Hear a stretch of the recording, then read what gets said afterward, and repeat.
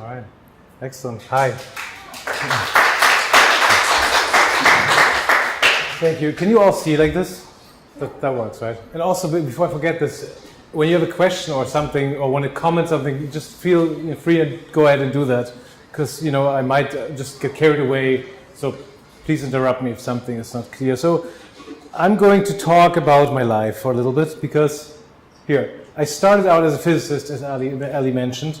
And what intrigued me in the first place to get into physics is the weirdness of quantum physics. So as you know, or probably know, in 1802 there was the famous double-slit experiment with light.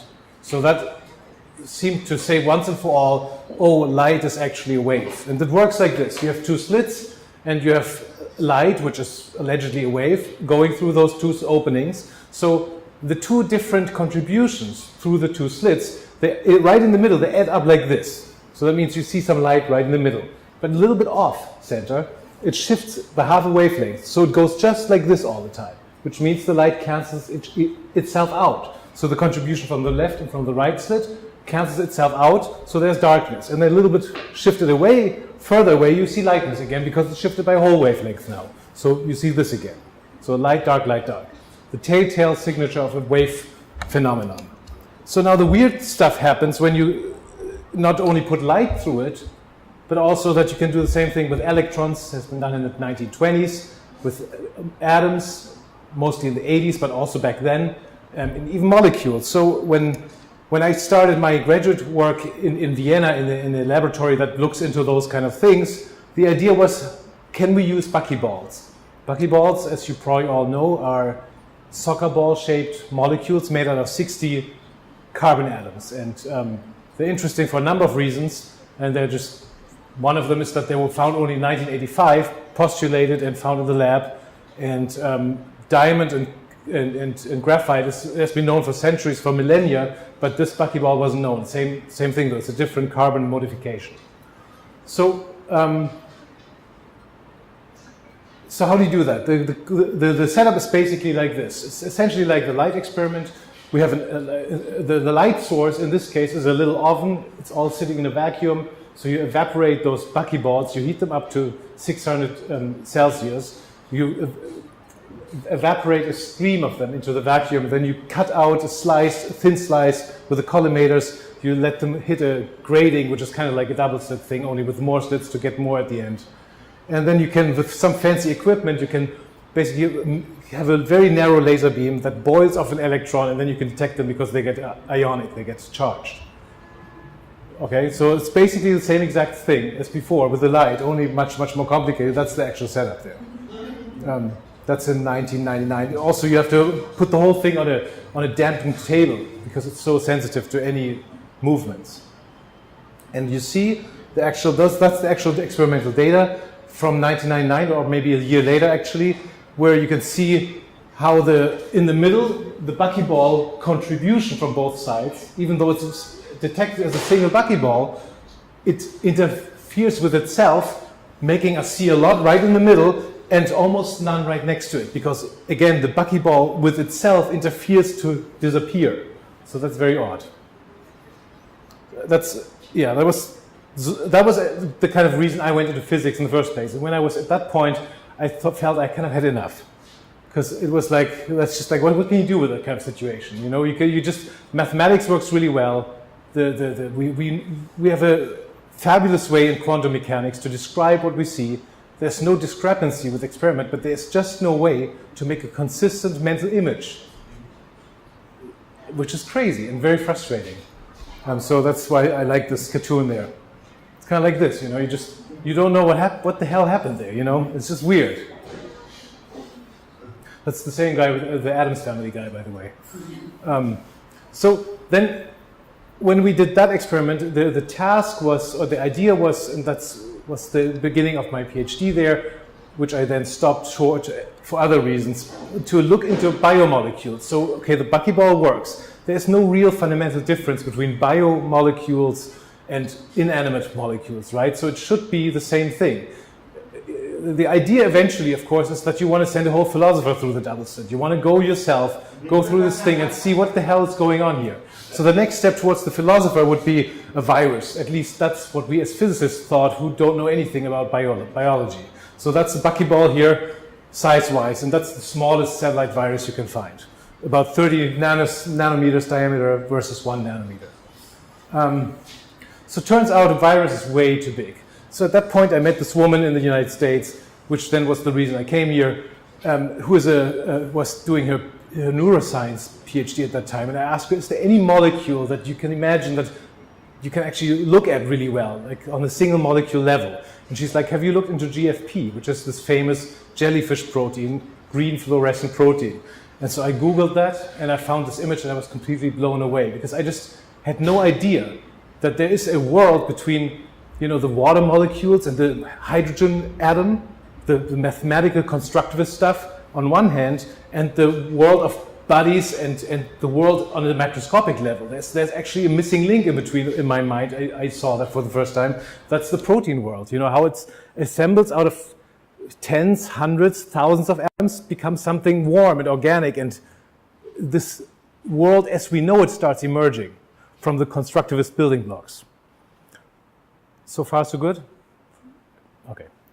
All right, so I was intrigued by this molecule, and I should say it's called green fluorescent protein because that does that job. It's like a little lantern that flashes a green light in the darkness of the ocean when the jellyfish is surprised or whatever. We don't really know why, but it does it. It's from this jellyfish, and they were able to kill 1 million of those and find like this much of the GFP, and then finally in the 90s they were able to analyze the structure to atomic resolution, and it was the 2008 Nobel Prize too. You can do things like transgenic art, for example, with a GFP. You can insert the DNA that encodes this little lantern and put it into an embryo, in this case of a bunny, and then if you shine UV light on the white bunny, it glows green. And there's other fish you can buy in the pet shop too. And of course, in neuroscience and in biological sciences, it's used all over the place as a marker. And that's how I found out about it. So at that point, I had enough of this, and I felt I need to switch. And I moved to the US, and I enrolled into art college kind of without really knowing what I was doing. I had been a painter before, but I just started that. And so one of the first assignments in one of the first classes was to make a mitered cut sculpture. So we just took a piece of wood. In this case, I drew steel tubing. Doesn't matter because I used that later. And you can basically apply. You have a one-dimensional building block material, and you apply compound mitered cuts, and then you can, just by virtue of rearrangement, you can turn this one-dimensional thing into a three-dimensional thing, which is intriguing because it's very similar to what proteins do. You have a one-dimensional DNA, and how does this become a three-dimensional body?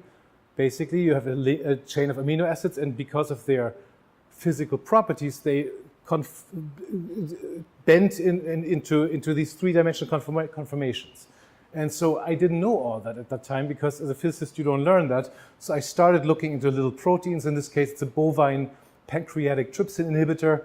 And then I was like, oh yeah, that's how it works. So that's how the physicist looks at it, the chemist, the biologist. Basically, it's like this on the top left, that's all the atoms of the protein. On the bottom right, that's only the backbone. And focusing on the backbone, I set myself the goal.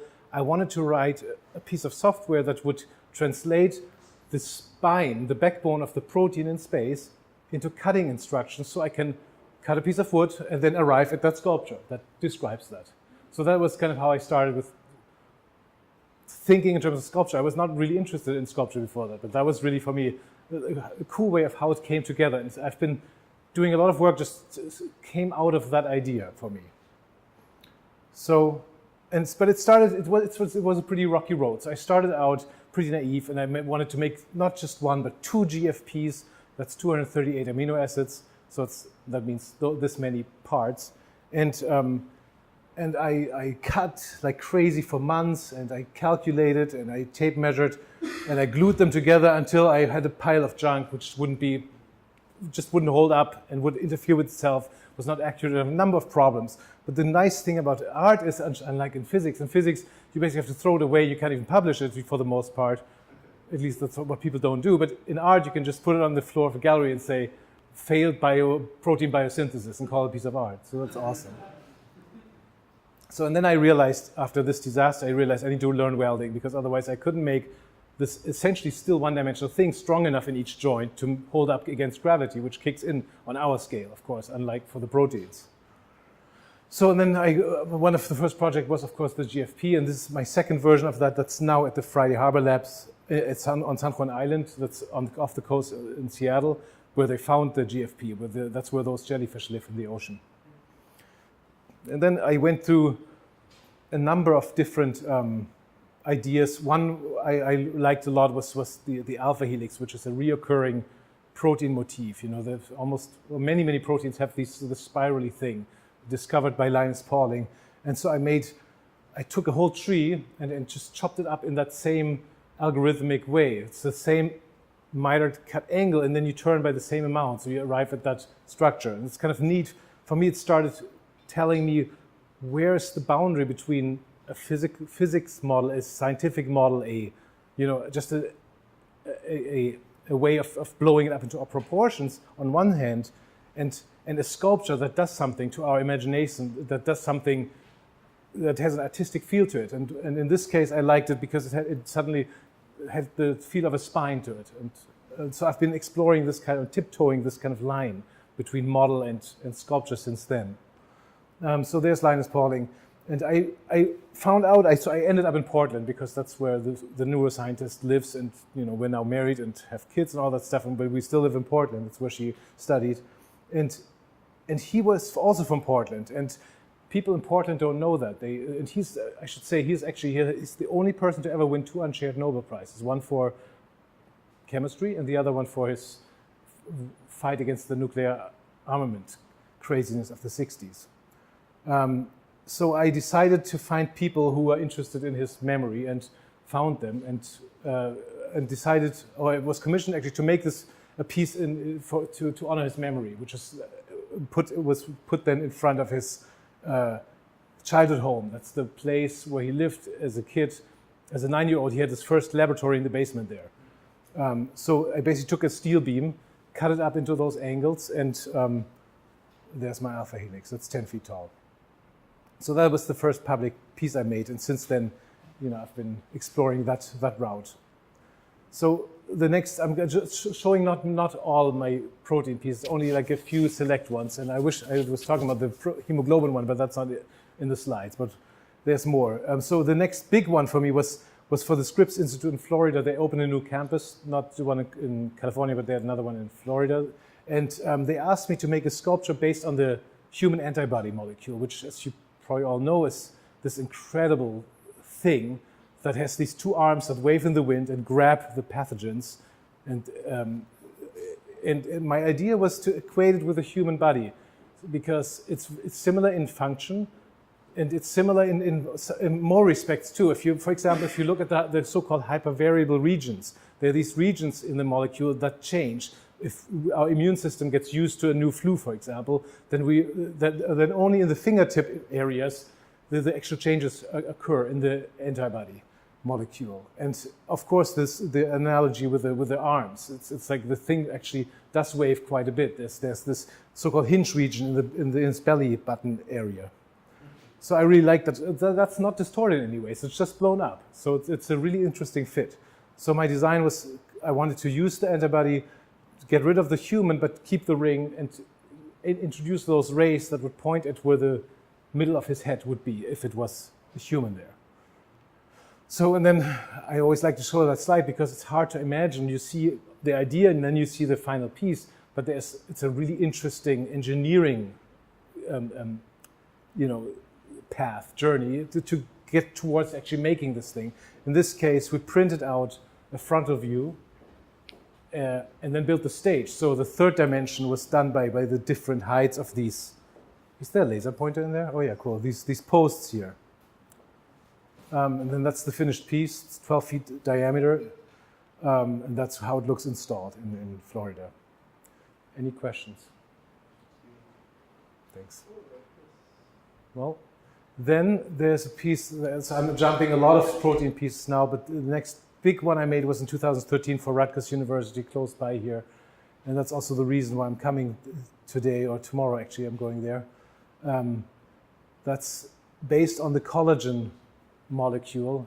You probably all know it's a triple helix. It's each of the 3 strands is curled itself, but then curls around each other, and it's the structural stuff in our bodies. It's the most abundant protein in our body, and so the idea was to make each strand a different color. Just put glass windows in there, so it's about the idea of this institute there, that they pull from very different fields and disciplines to make something, to the house, for example, the protein database there. So all the structures I've been using are from them. So that's how they knew me too.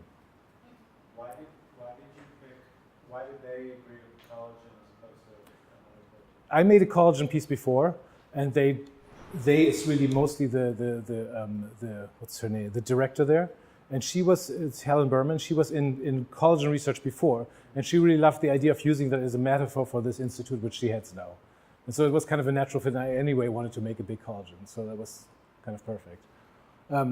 This slide that's actually the most recent one of the protein kinds, and it's kind of funny for me because those are people who commissioned me to do this work through a gallery. And it's a normal art gallery, and they have no idea about biochemistry or anything like this, and they don't care. For them, they wanted a modernist sculpture. And I was like, yeah, I have one. I can make one. So they don't know that this is actually a protein structure. There's this crazy protein called microsin J25 that has the last 8 amino acids loop around, and the tail goes through the loop. That's for real. And it does this. It has this weird structure because it messes with the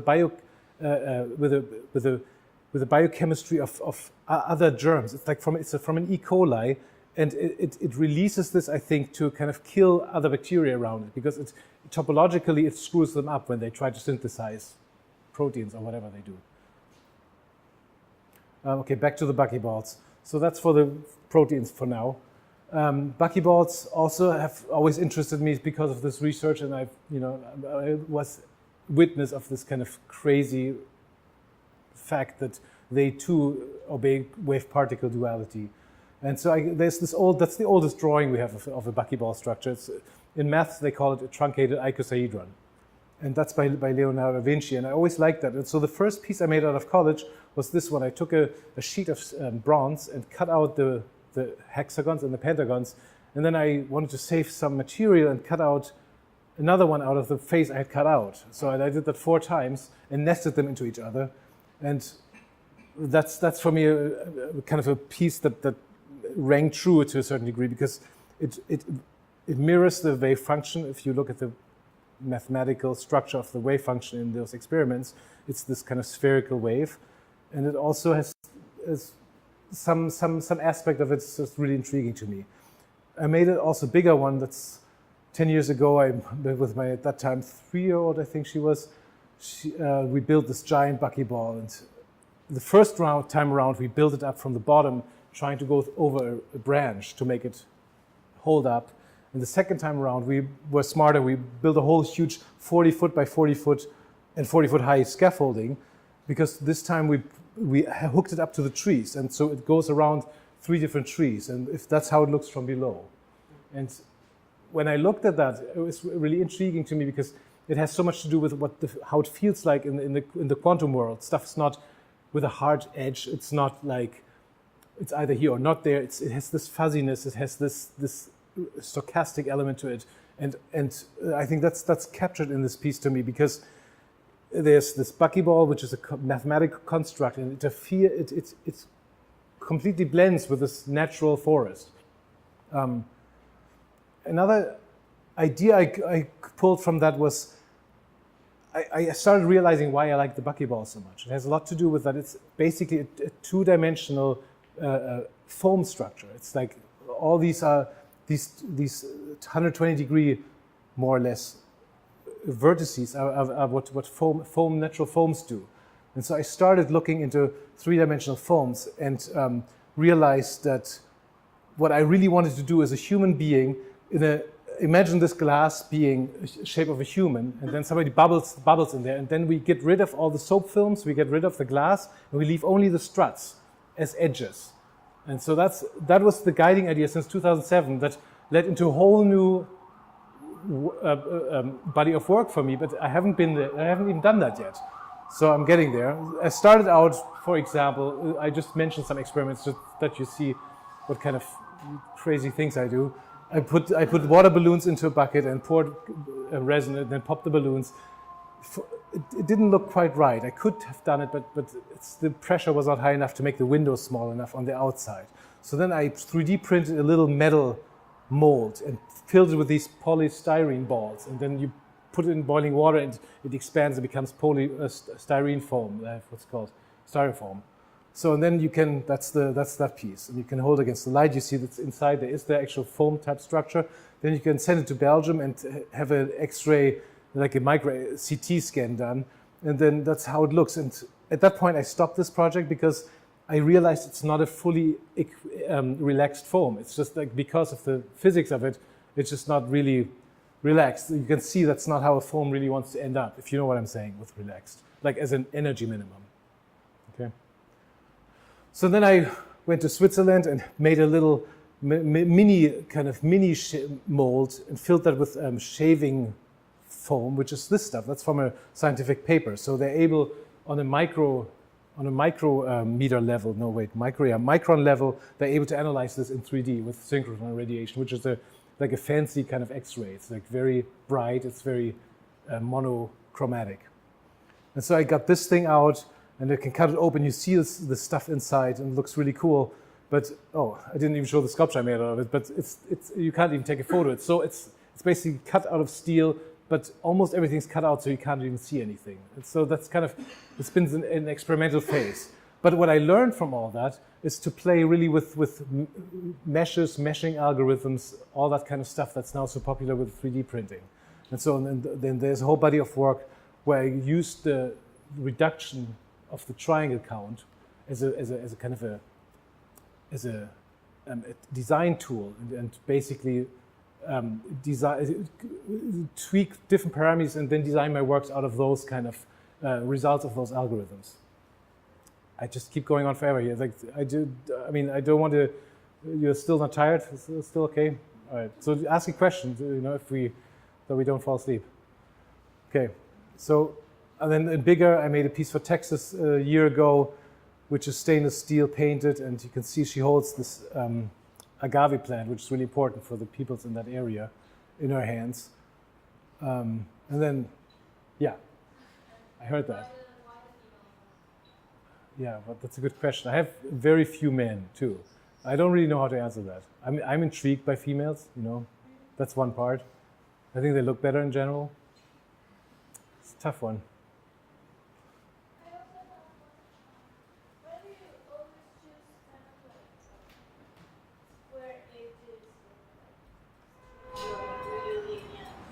Well, that's this body of work. You will see some other pieces which are only in the last 2 years evolving, because now we have 3D printers, so we can do other things. If you fabricate, you are very confined.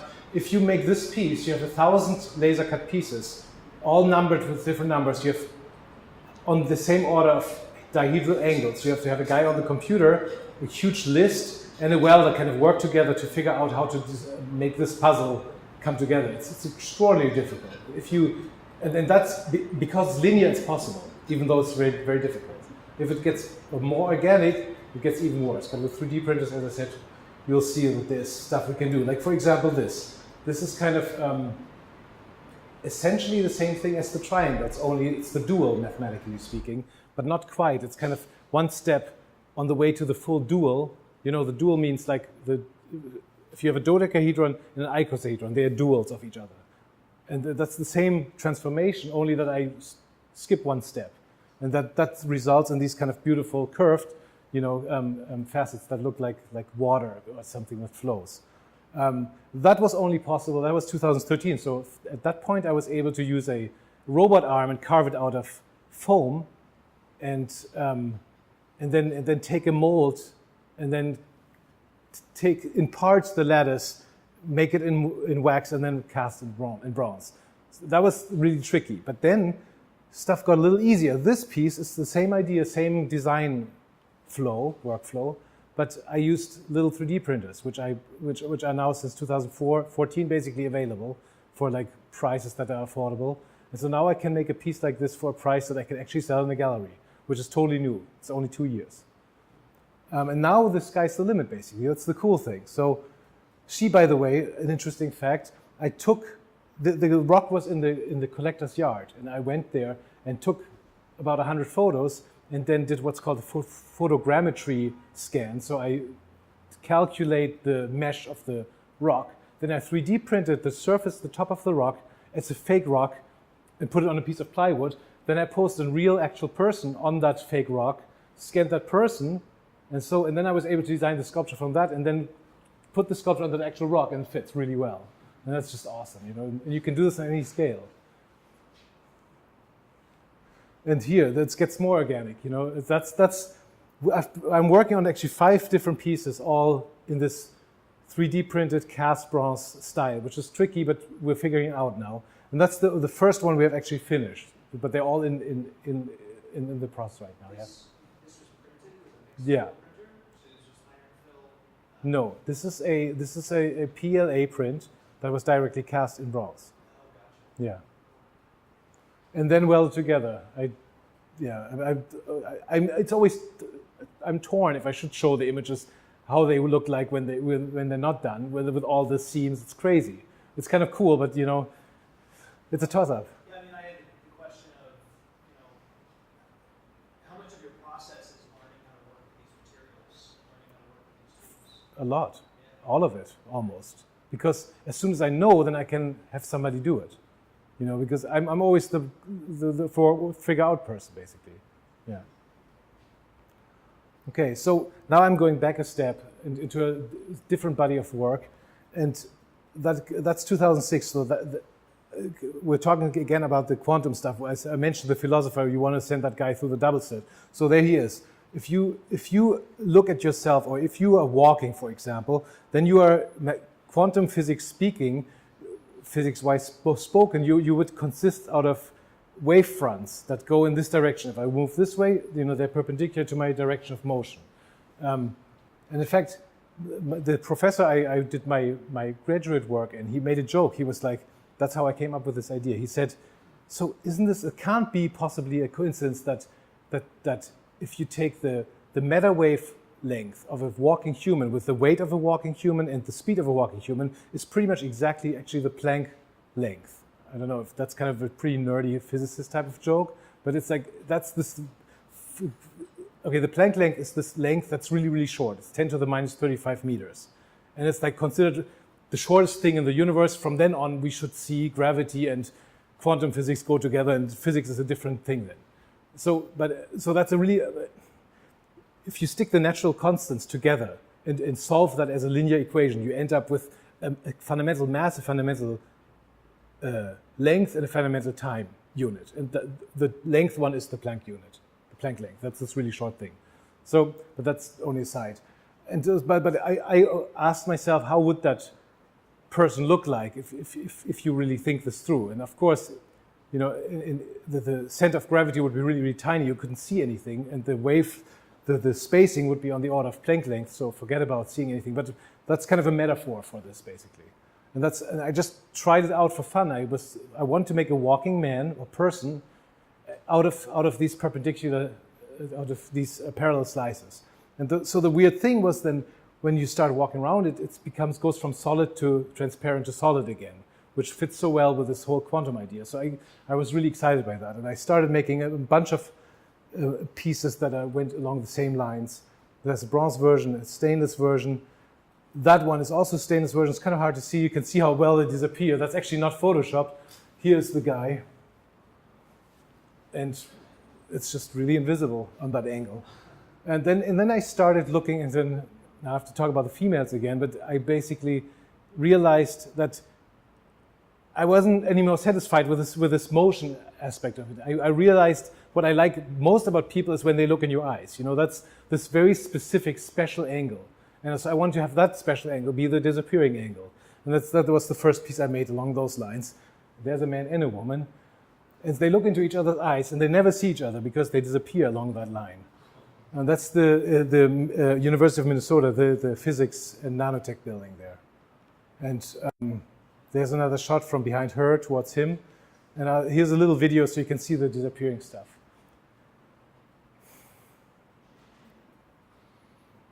This, by the way, concludes essentially the artwork section. I have 3 more slides because Ellen asked me to show some slides about DNA origami, which is this kind of research I'm involved in. That might be interesting for you guys because you're probably all into biology stuff.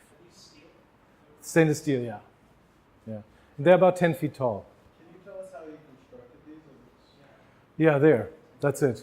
So this was actually an evolution. The 2006 ones were really, they were MIG welded together, and we drilled the holes. And then later, I started designing them such that I can laser cut them with the holes laser cut.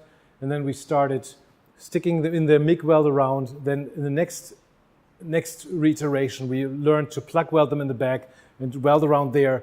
Now we just figured out a very new approach where we just let them stick out a little bit and then nuke them really quickly so they make a rivet, which looks really cool, but I don't have an image of that. And we had to do that because on the really small pieces, it would get so brittle that we couldn't weld like this. You can't weld thin pieces of welding rod, basically. So with that nuke technique, it actually works to make them sturdy. It's just, what we do is in welding you have an AC and DC processes, and usually you weld aluminum with AC and nothing else. And for fun, we experimented for 1 whole week on getting these things to be sturdy on bronze. And we use an AC process on bronze, which is something nobody ever does. And it has the effect, for some reason, I don't know why, that we can blast a whole lot of energy onto this and just poof, like really burn this in a round bubble. So you see the pin on the other side. And it's extremely sturdy because it's not so long that it would crystallize and gets brittle, which is really cool. Yeah.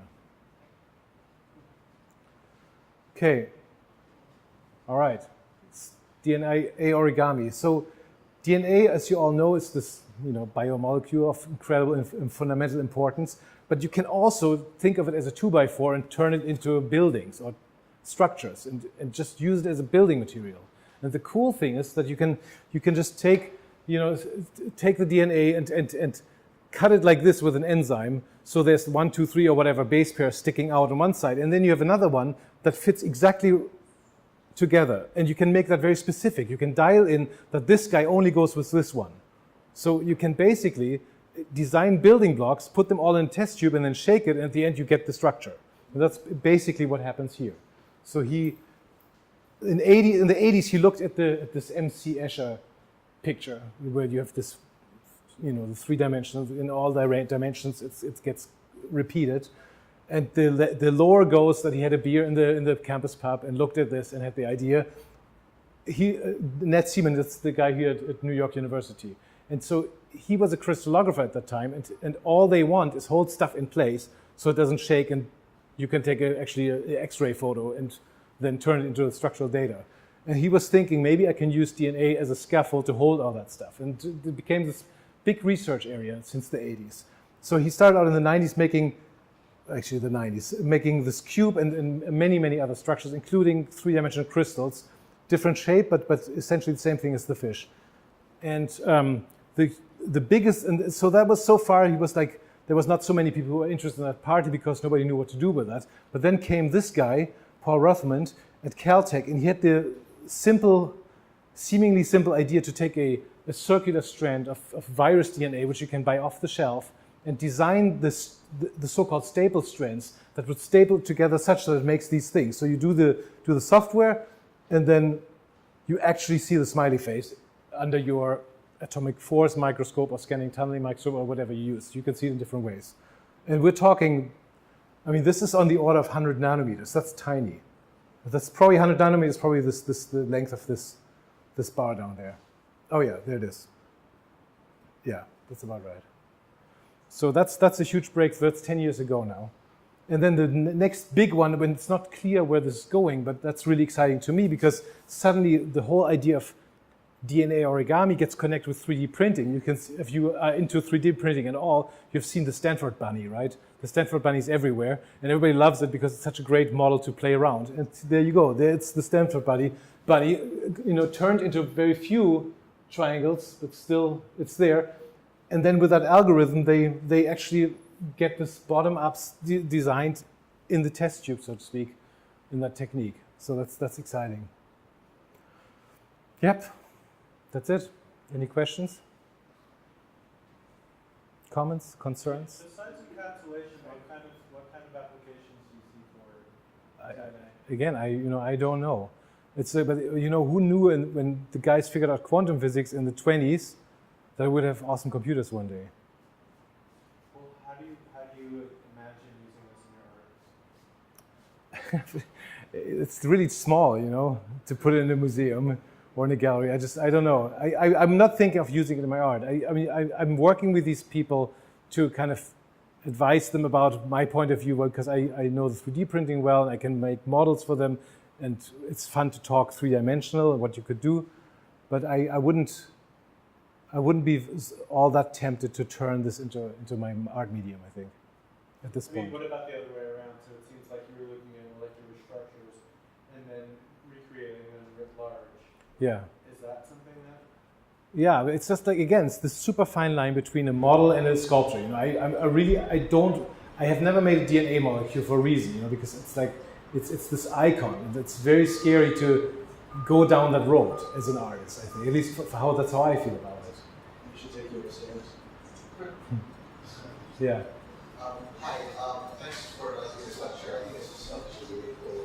Quick question. So where do you see your work in the history of your work is art? So where do you see your art in the history of science? Like example, Picasso's Cubism was happening at the same time. They were supporting the matter, the higher dimensions. Right. So the 1900s. So where do you see your art on that timeline of Right. history of science? You often see those connections with technology. The Impressionists painted like the Fauvists painted like this because the colors suddenly were there.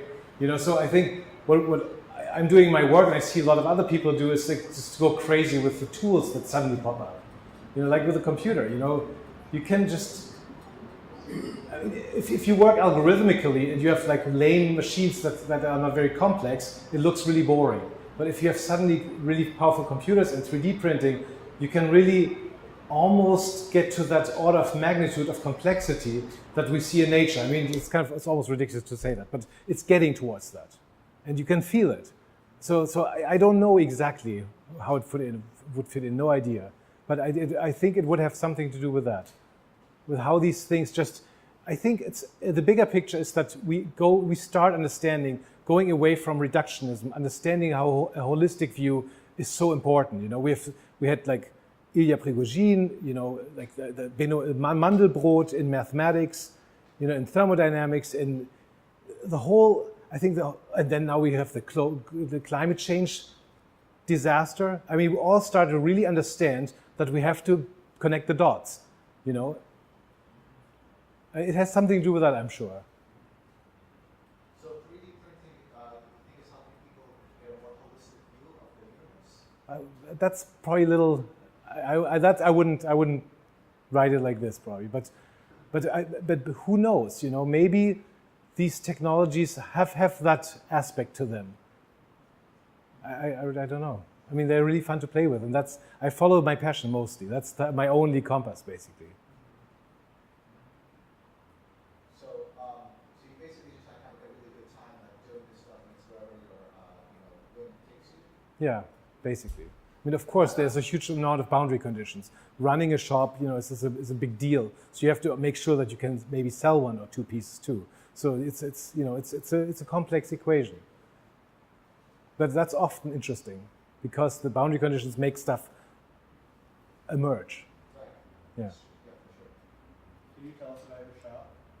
Yeah, the shop you saw in that photo was my old shop. I just moved this spring.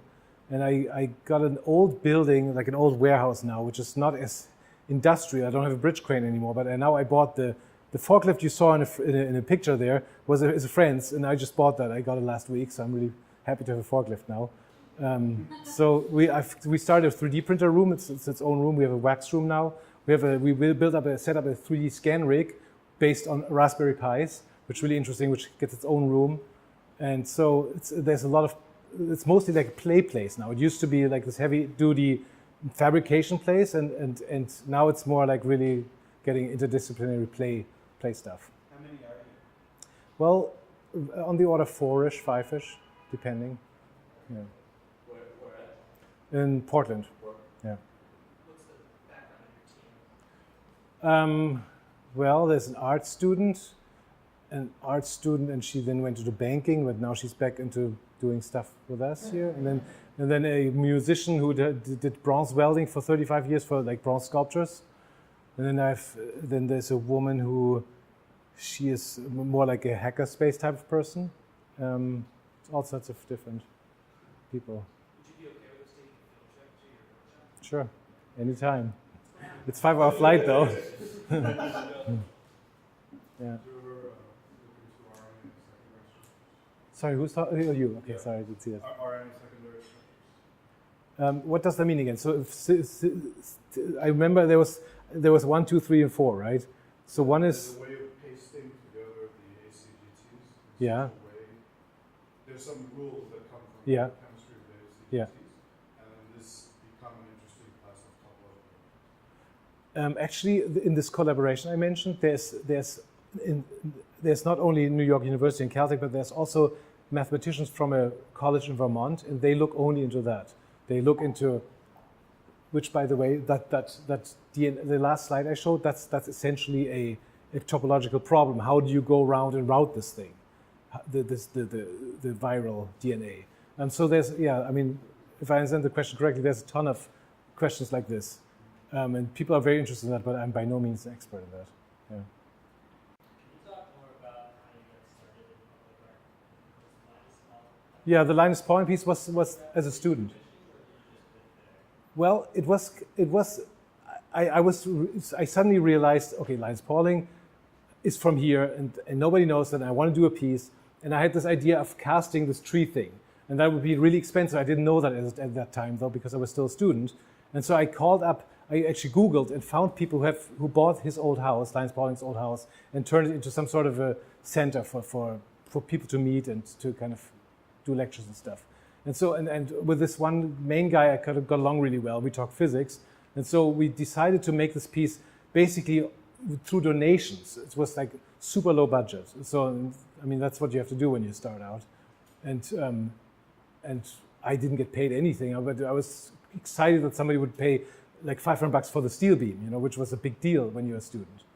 And then he knew the building company, so the engineering was done for free, and the putting in the foundation, those kind of things that cost a little bit, they were all done for free. So that was kind of like a community effort. Yeah. I have two questions. First one is how do you get all this inspiration? And second one is since you are making models out of very dynamic structures and your art is very rigid, as it seems, do you picture a way where you can make your art a bit more dynamic? Well, of course, not being as dynamic as Yeah. Well, it's actually not always rigid. I'm working towards rigidity though, because it's helpful. But I made it. So, I mean, I did make a collagen piece that I didn't show that had really awesome. The 3 strands were like opening up and they moved, and so I installed it in a public place and it was vandalized. So I had to make it rigid, and so that was my little attempt to do something kinetic. But I'm really worried. I have an aversion against like these plug into the wall and motors and stuff and then they break and then they're just like they don't work anymore. That like really is frustrating and just depressing somehow. So I like the static thing, but on the other hand, but I'm thinking the other way around. So if you look at futurism, for example, there's this Boccioni sculpture of this. I don't know, this complicated name. It looks like a guy walking. It's like whoosh, with like stuff. So I was thinking if when the 3D scan rig works well, and now we can do instantaneous scans on the millisecond scale, then nothing keeps us in principle from doing successions. And then take 4-dimensional data as opposed to only 3-dimensional data, of, for example, a person on a conveyor belt, and then calculate something awesome out of that 4D data. So I'm thinking along those lines, but I don't know how that would look like. Yeah. Oh, it's that's 12 years, all bunched into an hour talk. So it looks like I'm having ideas a lot, but I don't. I do a lot of stuff on the computer and I write applications that don't get accepted. That's my work all the time. Can you talk a little bit how you get your that's been changing. I mean, the first ones, as I mentioned, you know, that was like clearly it's a kind of a networking thing. You find people who are interested in similar things, and I'm by no means a good networker, so I had to learn this, and I'm getting better at it. But it's basically about understanding that it's not that you try to get something, but that you want to find people who have a similar interest, and you can build a synergy, basically. And I think that's, if you have that mental attitude, then it helps a lot. And for sculpture, it's so much about you have to show that you can do it, that you can be trusted to do it. They give you a chunk of money, so you know, and if you don't have the experience, it might fall apart or rust or whatever. So it's a dangerous thing. So they're very scared of commissioning newcomers. So it's very hard to get your foot in the door. And very often, like the first Buckyball was like a $3,000 thing, and I just paid the material with that, and all the labor was on me. You know, so that's very typical. But then later, when you can show slides and you can write applications that are more successful, and you get to become a finalist, and you get to become the person who actually makes the piece, then you can start maybe making money. But it's tricky. It's not a way of getting rich, that's for sure. Yeah.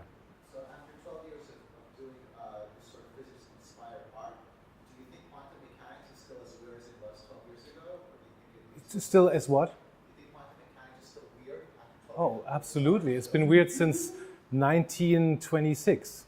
And the greatest minds, you know, have tried everything and haven't succeeded.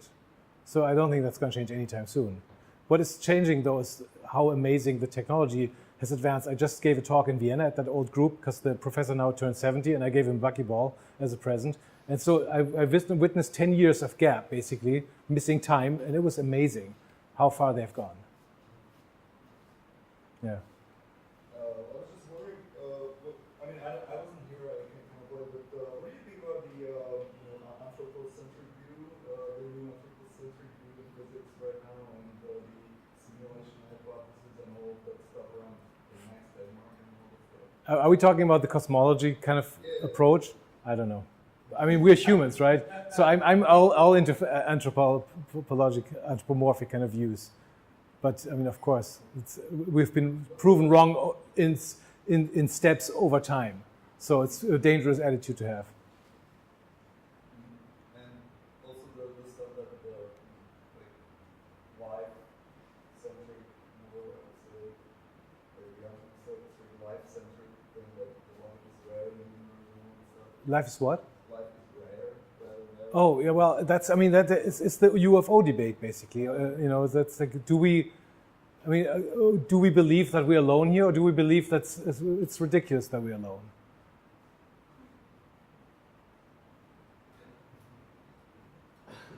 I'm not going to say what I believe. We have time for about one more question. Yeah. I'm very interested, like, in your path as an artist. And like you said that you were focused on school and science only. Kind of said that you were somewhere and you went to another project or another research.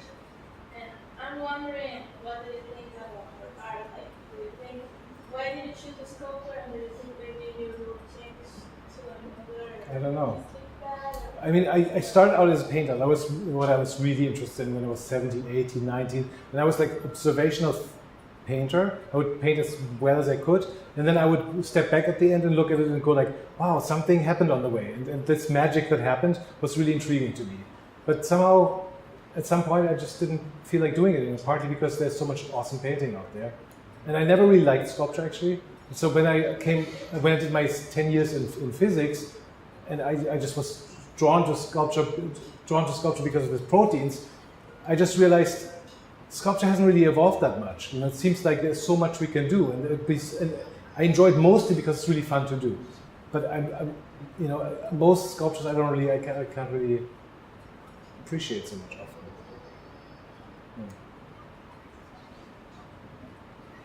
Thank you, Julian. Yeah.